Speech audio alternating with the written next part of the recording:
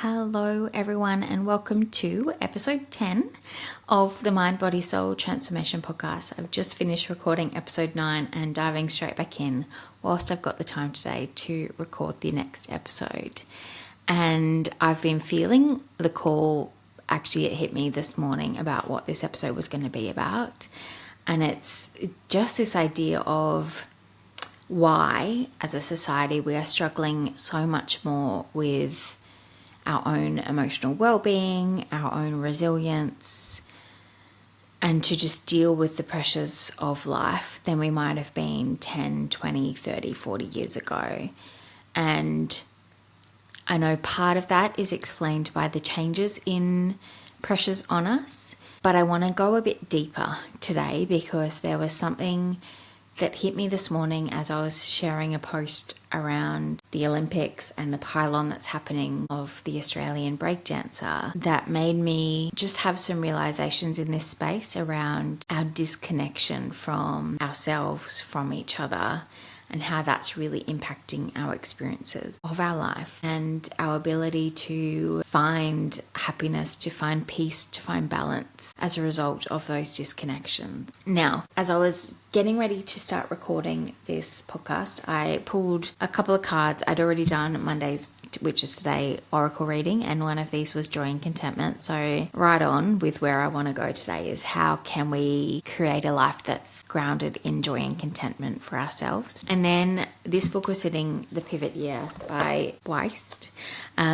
was sitting on my bookshelf behind me, and I've got to the habit with this book of rather than going day by day to just opening up to a random page and see what message it has for me. And before I press record on this podcast, I just got this feeling that I was meant to pull this book off the shelf and do exactly that. And I want to read you day 173 as a way to get us started on today's podcast. So it says, there is not one thing that withholds you from your life as much as living in other people's heads. When you operate with the unconscious belief that to experience love is to earn it from others, you exist to construct an image of who you are rather than the reality of who you might be. You heal from this when you come to understand that you cannot truly control how you are seen. You can only project. You assume. What you imagine others to see is more telling of your subconscious psychology than any external perception. Understanding this unlocks wisdom about who you want to be.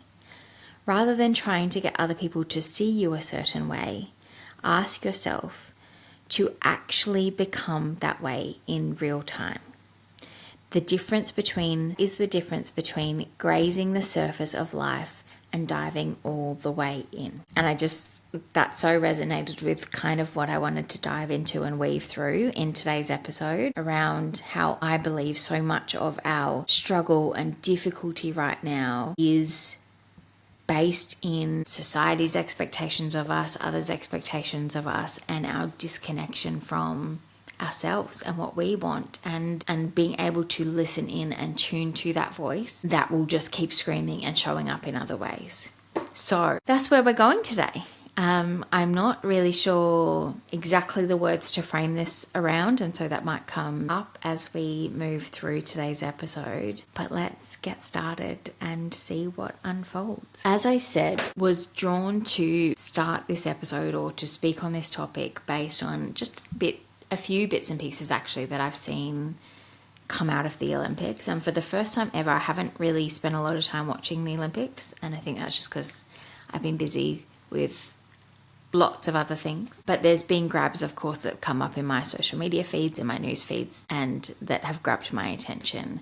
And I shared this morning on Instagram about my discomfort with the pylon that's happening to the Australian breakdancer and what this is saying about us, the message that we're putting out there, just my discomfort of our complete disregard for someone's emotional and mental well-being and how they would receive the rhetoric that's currently being spread around them. But it was much more just this idea that to show up in whatever space we want to show up, an area that we feel drawn, called to, an area that we have earned our right to, an area that we feel deeply passionate about that brings us joy and happiness. This idea that's coming up in this messaging around her entry, or I don't know what the right word is, her performance at the Olympics, that unless you're going to show up and be the very best there is and do things perfectly, and even more than that, do things the way we expect you to, what we expect breakdancing to look like,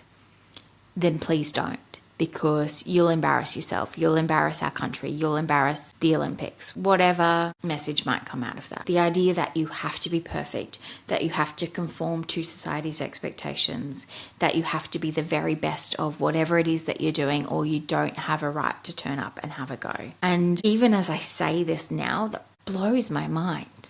I mean, don't think anyone is consciously saying that. It's 1:11 as I'm saying this. I don't think anyone is consciously saying that when they're putting these stories, these memes, these takes out there on this particular performance. But it is what we're saying. We're saying, unless you are going to do what we expect you to do and do it and be the best at it, then don't turn up. Get back in your box, the box that you fit into, the box that you can conform in. As a parent, that is complete contrast to the message that I am trying to instill in my daughter. I'm trying to tell her to follow her passions, to do the things that she enjoys, to not be worried about how other people will perceive her for doing the things that bring her joy and happiness and make her just light up. And I see that in her every day. And I'm trying to condition that out of her. Like, it's almost as if she was born with that conditioning. And I'm spending so much time trying to condition that out of her. And then we have this example where it's not even just the internet trolls or the media organizations that we might expect this from.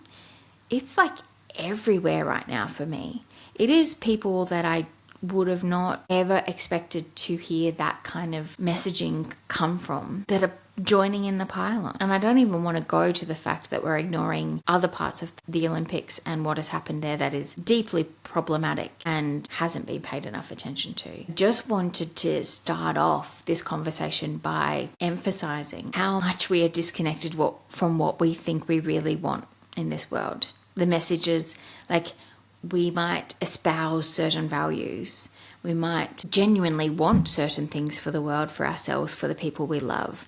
And then we have moments where, like this, where the shadow parts of us really start to surface. And that group mentality, that group think starts to perpetuate and generate and turn into what this has. And I think there is a message here for us in what is wrong right now. And that sounds really strong. But I've also had multiple conversations lately and including last weekend, of what has changed. Why our kids these days struggling so much to be emotionally well, to be emotionally balanced and happy with their lives. Why are we struggling so much these days? And we blame a lot of things, and there's truth in all of those things. Social media, our devices, our connection to our devices, our disconnection from each other. The list goes on, and we'll go through those today as we work through the episode. But I don't know if we're doing I think we're spending too much time looking outside of ourselves for those answers and not enough time looking at ourselves. Not enough time holding up the mirror and asking, how am I contributing to this for myself and for those around me? And again, as with all of my episodes, I don't want to portray that I am perfect, because I am far from it. I have my own ways in which this shows up for me, both again individually and how I respond to others around me. That's part of doing the work, and we've got to be willing to do the work, because we're not going to change this while we're not willing to face it. And we need to stop blaming other people or even looking outside of ourselves until we've looked within ourselves. You know, I just want to reflect on my own journey over the last 6 to 12 months and what I've navigated in that time, and how challenging that has all been, but how the biggest challenges through that and the points at which I was struggling the most to feel like I was in a state of emotional well-being were the moments in which I was denying my truth or I was completely disconnected from myself. Just can't help but think that is a big part of this puzzle, that we, over the last however many decades, and maybe longer than that, have been consistently disconnected from ourselves, from our truths, from our intuition, from potentially something greater than ourselves, from our connections with each other, from connections with something greater than ourselves, with the divine, with the meaning and purpose that comes from all of that. And maybe even if we even look at the things that we're trying to blame this on right now, that all links back to exactly that. All of this actually makes me think of a book I read a couple of years ago now, which was Lost Connections, Why You're Depressed and How to Find Hope by Johann Hari. It's a beautiful book. I'd encourage anyone that might be interested in this space to have a read, because there's a lot to take away from it. But basically he explores the idea of how the solution, the way to really turn around our struggle with things like depression, is to improve our relationships. It's not through medication.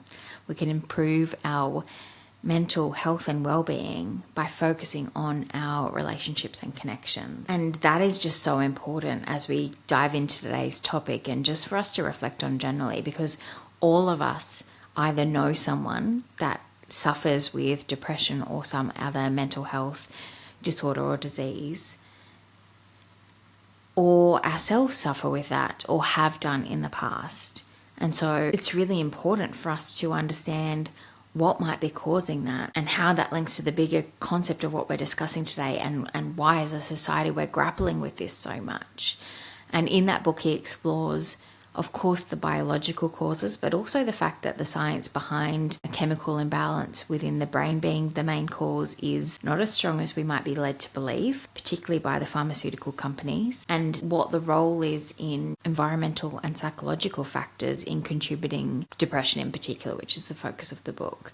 And in the book he focuses on 9, main causes of depression, and these are disconnection from meaningful work, disconnection from others and feeling lonely in our lives, in our existence, disconnection from meaningful values, childhood trauma, disconnection from status, disconnection from nature, disconnection from a secure and hopeful future, genes or our genetics, although that only accounts for about 37% of cases of depression, and changes in our brain. And a big focus of that part is what the power in terms of what we focus on in how our brain responds and how depression, shows up for us. And then the outcome of the book is this idea of social prescriptions, and how some doctors, rather than prescribing antidepressant medications, are now making social prescriptions to encourage people to form social connections or reform social connections. And they also may be embedded within some of those themes around meaningful work, meaningful values, and even working with others to heal some of the traumas that life might have brought about. I wasn't expecting to go there, but I can really see a very big, strong link between what I wanted to discuss and what's explored in that book. So I would encourage those of you that any of that resonates with to go and have a look at that book and consider some of those options. There are a whole heap of ways in which we have been slowly but surely disconnected from ourselves and from each other. And yes, some of the devices and ways in which we function as a society have contributed to that, but we've allowed them to as well. We've started relying on social media to keep up with each other's lives rather than picking up the phone to make a phone call. We have got so addicted to some of this technology that rather than getting out there and socializing with friends or family or going and connecting with nature, we spend our time doom scrolling Instagram. I'm, again, guilty as charged as any of the rest of us. But I do think that we all need to start to take a moment to think about that, to think about how disconnection shows up in our lives, disconnection from ourselves, disconnection from people we love, disconnection from the possibility of others that could be in our lives, that could bring all of those things into our life, meaning and purpose and aligned values and shared healing. Possibilities are endless. But we're not currently operating in ways in which that really increases the potential and possibility of those. And then embedded on top of that is the expectations of others, the expectations of society, how this further disconnects ourselves from ourselves. And I know I've touched on this in my episode around intuition and connecting back in with your inner voice, because we have been brainwashed in some ways to believe that to be successful, we must achieve XYZ. To be successful, we must own XYZ. In many ways, our whole economy is built upon this idea of making us want for more, making us want for what other people have, of not being able to be content and grateful for what we have, or actually just tuning in with what would truly bring us happiness and joy and contentment. So yeah, expectations of others and of society is a big one, and is reinforced again through social media, especially, and the advertising that we receive on social media that is absolutely tapped into our algorithm and our brains and making us want for more and knowing what's going to hit that button for us. And the idea that social media is a highlight reel for all of us. And so we look at these other people's lives with the marriage, the kids, the job, the car, the latest whatever, and think, well, they've got those things and they're that happy, so that's what I need to be that happy. And we're just so disconnected from ourselves. And I am just as guilty again of this as anyone else. I'm just as influenced by all of this as anyone else.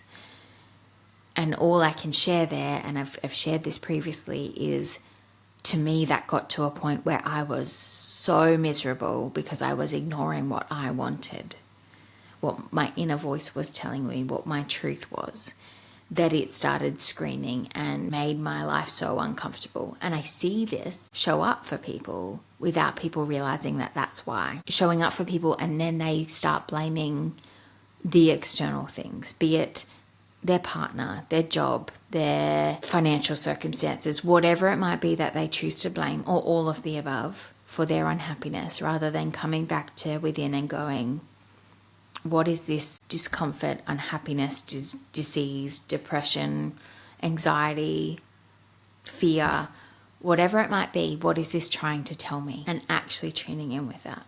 And for those of you that haven't listened, I'd encourage you to go back and listen to that episode, because I dive a lot deeper into how to tune in with that, how to listen to that, and how to tell the difference between your intuition and your inner voice and your ego that's trying to protect you. But we're disconnected from ourselves. And part of that is society's expectations and others' expectations of us in terms of fitting in with society's expectations. And then linking back to that Olympic story and what's happened there, but also other things that I see happen in my life, in my circles, in my existence, is the judgment that can bring when you step outside of those expectations and how people respond to that. And so that adds to the fear, and that adds to the disconnection from yourself, because why would you want to put yourself in that situation? Your ego is going to scream loudly and go, Donna, don't put a podcast out on spirituality. What will people say? You're a scientist, you're a leader, you're a whatever. People will judge you. And if I listened to that voice, I wouldn't be here doing this. I wouldn't feel this sense of meaning and purpose that I feel from doing this, and know that this is leading me to whatever is meant to come. I wouldn't be showing up in a way that's aligned with my values of empathy and honesty and integrity, justice. I'd be back where I was 12 months ago, crying at the drop of a hat over anything that happened, because I just could not stand one more thing on my plate. And people would have called me resilient 12 months ago, because the truth is, there is a lot on my plate. There is a lot of stress in my life. But by coming back into connection with myself, by opening up space for authentic connections with others, and I've got spare seats there for anyone that wants one, because I've lost a lot by doing this, but I have the space there because I know who I am, and I'm turning up in the world as I am. I can now navigate all of that with much more resilience than I could 12 months ago. So part of that is letting go of those expectations and being willing to connect in and turn up as your authentic self.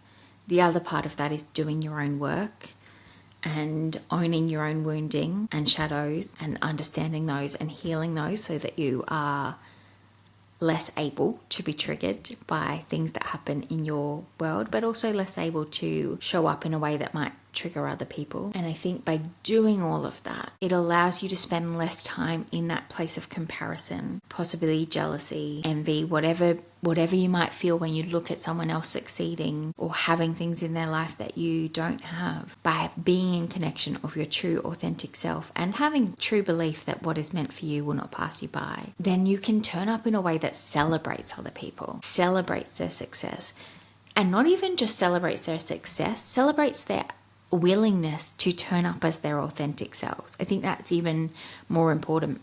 Celebrate their journey. Not the goal, not the end destination, not the prize, not the medal, not the certificate, not the promotion, not the marriage. Yep, celebrate them then. But celebrate their journey and their willingness to turn up every day and do what is right for them. And by doing that on an individual level, we then start to shift away from this collective approach that we're in right now that is pulling us all down, that is pulling us into this place of depression or discontentment or whatever it might be. Because no longer are we judging others, no longer are we expecting things of others that we don't expect of ourselves, no longer are we expecting things of others that we do expect for ourselves. We can look at others and go, that's your journey and this is mine. That's your energy and this is mine. That's what you're choosing to do and this is what I'm choosing to do. And neither of those are a reflection on each other. I can love and respect you for who you are and what you're choosing to do, whilst honouring myself and loving and respecting myself for what I choose to do. So I think that's where we need to be coming from. If we really are worried about this, and I think we are, because I have so many conversations about this across every aspect of my life, with people that are parents, with the people I work with, about our profession, about all of that, with just generally people seeing the distress in the world right now and people struggling in lives that are for the most part beautiful, beautiful lives. So if we as individuals can come back to the intention of, I am going to show up from a place of authenticity. I am going to show up in a way that is aligned with my values. I am going to pursue a life that is aligned with meaning and purpose, that speaks to me, that lights me up. And I am going to let go of the expectations others have of me, society has of me, but also that I have of others. I'm going to celebrate myself for doing that. I'm going to celebrate others for doing that. I think if we can get those ingredients right, it doesn't matter what devices, what technology, what programs, what social media might be in our lives. None of that will matter anymore, because we won't be susceptible to the impact of those things on us, of pulling us out of alignment, of pulling us out of how we want to turn up in the world and how we want others to experience the world. I just want to touch a little bit more on that expectation piece, because I think it fits in with standards and just the standards to which we hold ourselves, the expectations to which we hold ourselves across every aspect of our life. And just for us to all just take a moment to think about that across how you turn up at work, how others turn up at work, what even your profession might expect from you now compared to what they expected of you 10, 20, 30 years ago. As a mother, as a father, as a parent, as a sister, as a daughter, as a whatever, what's expected of you now versus back then. And any other role or hat that you might show up in the world as. An Olympic athlete, totally not Olympic athlete that loves running but is always going to be back of the pack. All of those things. And just start to do an inventory, do a stock take of what those expectations are that you have for yourself, that others have for yourself, that you've internalized from a broader group, and how many of those you actually have to hold on to. Because I think there's a trap here, and I might have spoken about this in the expectations episode. There's a trap here of thinking that if we let go of those expectations that we're not going to hold ourselves to a high enough standard. And the reality is none of us turn up in the world any day to do a bad job, to not do our very best. So there is no risk there. But do have a look at those expectations and have a think about, does this align with what I actually need to hold on to for myself? Or is this one I can let go? And then by starting to recognize those in that way, you'll recognize those in the moment when they show up for you, either in your judgment of yourself or potentially in your judgment of others. And hopefully, the more you practice that, the more you can let go of that and not have that pop up for you at all, or at least realize it before you react to a particular situation from a place of judgment or expectation. And then just for all of us to set the intention to show up this way and to be open to the possibilities of things not being how they were previously, because a big part of us letting go of all of that is losing a lot of the structure, and I'm going to use the word safety, but it's definitely not the word. It feels safe to have those expectation structures around us for us to know what the boundaries are. So then when we start to release those and let go of those, it feels scary. It feels unknown, both in terms of trying to navigate the world then, but also protecting ourselves from the judgment of others once we've stepped outside of those expectations. And so really critical for us to try and get comfortable with the idea of the unknown, with change, with the possibilities of the what if. And these are themes that come up almost every podcast, I think. But the truth is, whilst we live within such structured lives and expectations and whatever, as soon as something shifts within our lives, within ourselves, within the planet, within whatever, it makes it even harder to stay in those boundaries and be at peace and not be resistant to change. So by looking at this now, doing an inventory, setting an intention to show up how you need to show up for you in a way that lights you up, and align your life with that. Follow your intuition and be open to the possibilities. I think that's how we get back to where we were, but actually let's just even scrap that.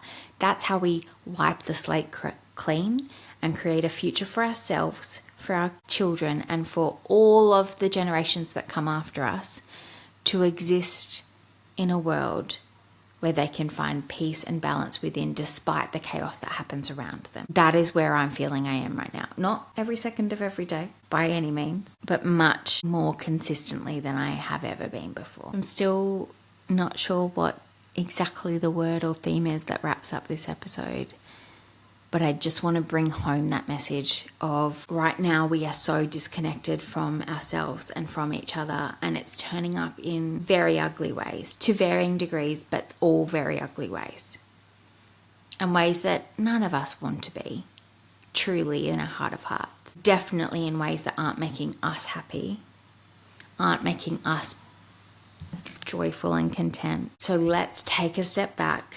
Let's take stock of where we're at, take stock of all of these expectations in which we exist, have a good look at them, be willing to let go of the ones that just do not align with us anymore or are holding us back from living a life in alignment with the things that light us up, with meaning, with purpose, with our values. Go out and connect more with each other, with nature, with ourselves. And by doing all of that work on an individual level, we will start to create the change that we want to see for all of those around us and for the generations that are to come. Thank you so much for tuning in to episode 10, double digits, I can't believe it. Until next week, sending you loads of love and light and wishing you the most beautiful, balanced and aligned week you could possibly have. Goodbye, everyone.